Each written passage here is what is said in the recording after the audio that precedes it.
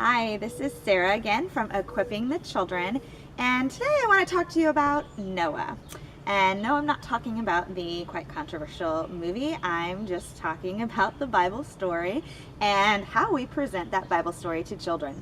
Um, so let's look at the story of Noah. I'm going to read to you. It's like story time.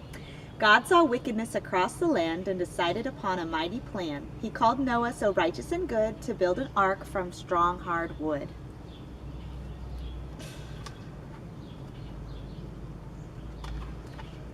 God announced that a flood was near and the people and animals would disappear. But the Lord told Noah what to do. Bring all the animals 2 by 2. Lions and hippos and cows that go moo, chickens and rhinos and elephants too. The ark will keep you safe and dry when the flood begins and the water is high. For 40 days God made it pour, then suddenly it rained no more. But the deep, deep water was all around. Noah sent a dove to search for ground. The bird returned with the branch of a tree. Land was found, the ark was free. Then God sent a rainbow as a sign, a gift of his love that forever will shine.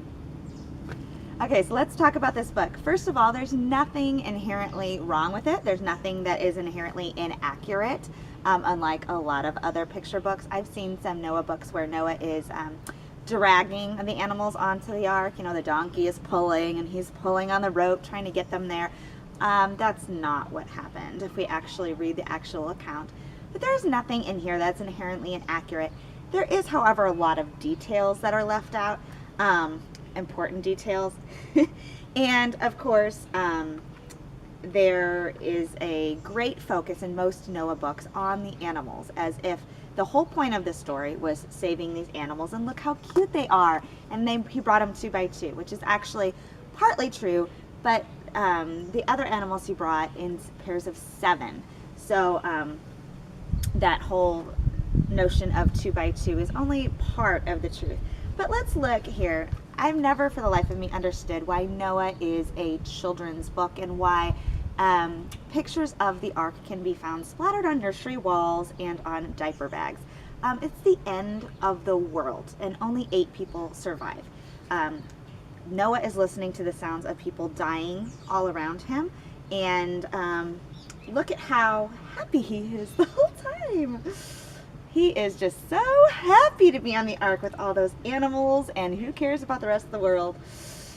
He's totally at peace. Now, maybe the peace of God was surrounding Noah the whole time, and he had no fear and no trepidation about what was going on, but more than likely he was human and he had human emotions. It does say that he called Noah so righteous and good, and the Bible does say that Noah was considered perfect in his generation. So that's not entirely inaccurate.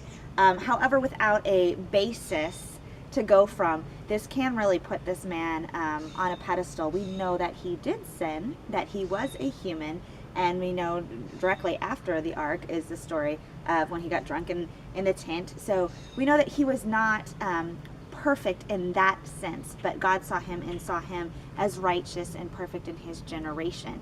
When I talk to kids about this story, we talk about that. What does that mean that he was perfect? Because he did have sin. He wasn't without sin, but he was honestly trying to please God. The point of the story of Noah is the redemption of generations of human history, right? It's not about the animals. And the fact that none of Noah's family is mentioned here kind of takes that out of the picture. The fact that God saved these couples, these families, so that they would be fruitful and multiply and repopulate the earth. And be it takes that out of the equation when it's just Noah and these very, very happy animals. So I suggest that we don't rely solely on children's books. This leaves so much out that would really be good for children to grasp.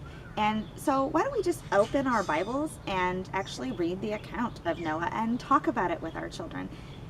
Children's books should be supplemental to actual Bible reading. They should not be the sum total of a child's theology, because we will mess it up if we use this as a sum total of their theology and what they know about God and who God is, because this does not really show that very well or very accurately.